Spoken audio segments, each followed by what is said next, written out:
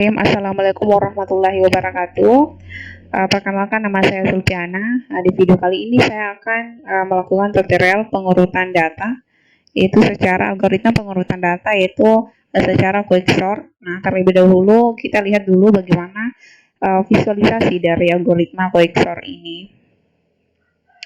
Kita lihat di sini ada beberapa data, kemudian kita coba urutkan, yaitu dengan metode quicksort. Oke, go. Nah, di mana algoritma ini menggunakan metode pemecahan data menjadi beberapa partisi, sehingga metode ini disebut juga dengan partition extensor. Algoritma ini mengambil satu data yang disebut sebagai pivot. Nah, cara penentuan pivotnya itu bermacam-macam, ada yang memakai elemen pertama menjadi pivot, elemen tengah, ataupun elemen terakhir. Nah, pivot ini kemudian disimpan pada sebuah elemen yang lebih kecil di sebelah kiri pivot dan elemen lebih besar itu di sebelah kanan pivot. Metode ini dilakukan secara rekursif terhadap semua elemen di sebelah kiri dan kanan sampai elemen terurut. Seperti itu. Nah, kita lihat proses pengurutannya. Nah, di sini kita lihat ini adalah metode pengurutan data secara quicksort. Kemudian ada flowchart. Di sini flowchartnya yaitu pertama adalah ini adalah proses penginputan data yang akan kita urutkan. Kemudian di sini adalah proses ini main ya. Oke, main. Kemudian di sini proses mencetak data, output data i. Nah, sebelum mencetak data itu kita akan melakukan pemanggilan quicksort. Kita lihat di sini fungsi quicksort. Nah, kemudian kita buka fungsi quicksort. Sebelum kita membuat fungsi quicksort terlebih dahulu, maka kita harus lebih dulu membuat fungsi partisi di sini.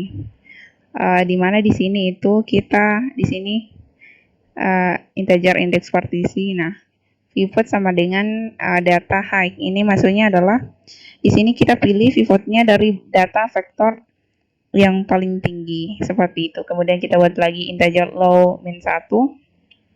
Kemudian jika jika j sama dengan kita di sini kita akan buat pengecekan, yaitu jika data j lebih besar dari pivot, yaitu data atau elemen vektor yang paling tinggi tadi, maka jika data j itu lebih besar dari pivot, dia akan melakukan proses pertukaran elemen seperti ini.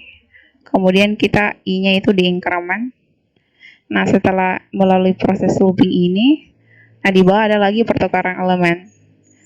Nah, kemudian di sini ada return integer index partisi. Dia mengembalikan nilai integer index partisi. Nah, setelah kita buat ini, nah kita menuju ke quicksort-nya.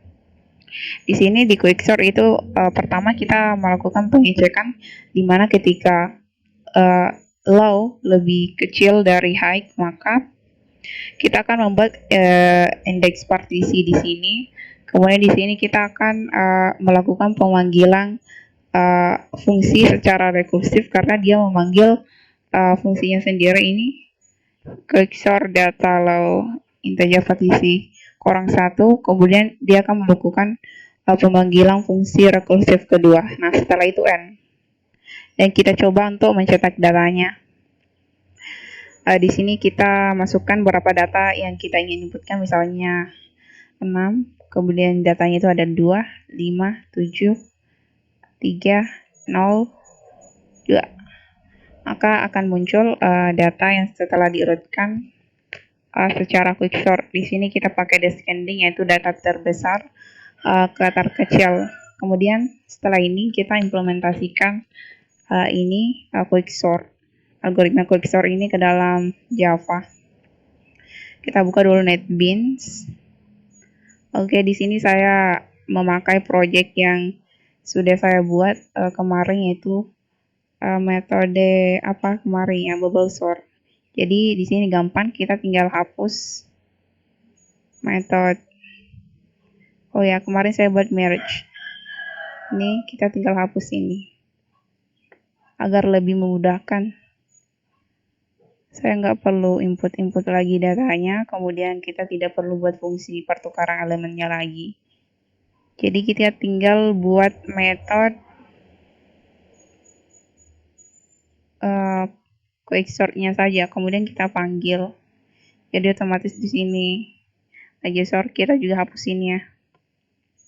Seperti ini. Nah, kemudian kita akan buat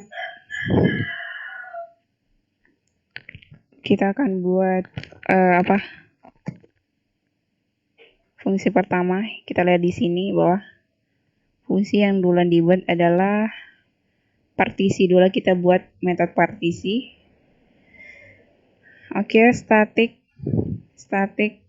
tipe gambarannya itu adalah integer, kemudian namanya misalnya partisi, kemudian dengan 3 parameter input yaitu vektor integer, kemudian kemudian kita bikin parameter lagi itu integer low, kemudian integer high seperti ini. Nah, setelah itu oke, tanda kurung awal seperti ini. Kemudian yaitu di sini kita pilih pivotnya ya, integer pivot sama dengan integer pivot. Kita pilih pivotnya itu dari data vektor yang paling tinggi, berarti vektor get high. Nah, seperti ini. Kemudian setelah itu kita inisialisasi lagi integer i sama dengan low min kurang 1. Nah, kemudian kita di sini kita lihat lagi di flowchart-nya. Partisi. Nah, di sini kita melakukan perulangan ya sebelum melakukan pengecekan. Maka kita lakukan perulangan yaitu for integer j sama dengan low. Kemudian jika j selama j lebih kecil dari high seperti ini. Kemudian j increment. Maka kita akan melakukan proses pengecekan yaitu jika vektor get index j ini lebih besar dari pivot yaitu tadi ini variabel kita buat yaitu pivot data dari vektor yang paling tinggi, maka kita akan melakukan pertukaran elemen. Jadi kita tinggal panggil metode pertukaran elemennya, karena dari video sebelumnya saya sudah buat di sini tukar elemen vektor ij seperti ini. Kemudian setelah proses perulangan ini selesai keluar, maka di sini kita akan buat lagi pertukaran elemen.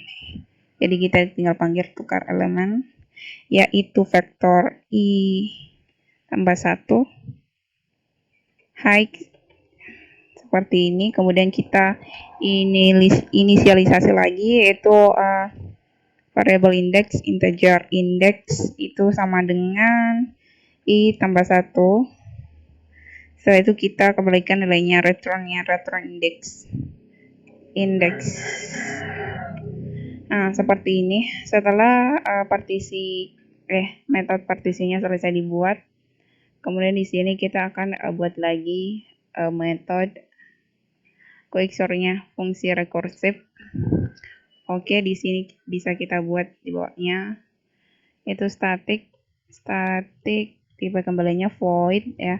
Void, kemudian kita beri nama quicksort dan parameter inputnya itu sama seperti di metode partisi. Ini kenapa nih? Metode partisi kita copy paste saja quicksort seperti ini, kemudian buka kurung. Nah, di sini itu kita lihat lagi flowchart-nya. Oke, kita lihat jika low dia melakukan pengecekan jika low lebih kecil dari high, maka kita akan membuat partisi di sini. Oke, if low lebih kecil dari high ya tadi, lebih kecil dari high, maka kita buat index partisi, integer index partisi index partisi, kemudian kita isi nilainya partisi yaitu vektor low high seperti ini. Nah, setelah selesai kemudian kita lakukan pemanggilan fungsi quicksort. Ini fungsi rekursif quicksort, sebenarnya bisa ya, quicktab. Oke, seperti ini yaitu vektor, kemudian lalu di sini adalah indeks, bisa ya enggak ya, indeks partisi, kemudian kurang 1. Setelah itu kita lakukan pemanggilan fungsi rekursif kedua. Kita copy paste saja di sini, Ctrl C. Nah, di sini bedanya adalah parameternya beda. Indeks nggak bisa ya. Oke, indeks partisi di sini adalah yaitu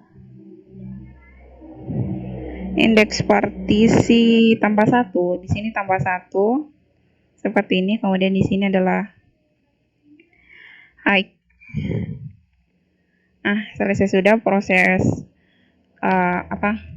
listing dari algoritma quicksort. Kemudian kita coba panggil di sini, kita langsung panggil metode quicksort-nya yaitu quicksort data, yaitu data low. Di sini data low berarti yaitu elemen target adalah 0, kemudian setelah itu adalah data terbesar yaitu data set size, kemudian ditambah dikurang 1 seperti ini. Nah, kemudian kita coba run. Maka setelah di run itu tampilannya seperti ini ya, datanya sudah terurut. Ketika kita lakukan proses sorting di sini quicksort, ini kita melakukan pemanggilan metode quicksort, kemudian kita cetak kembali datanya, maka akan terurut seperti ini. Ini adalah data original, di atas cetak data. Oke. Saya kira ini saja tutorialnya. Terima kasih. Assalamualaikum warahmatullahi wabarakatuh.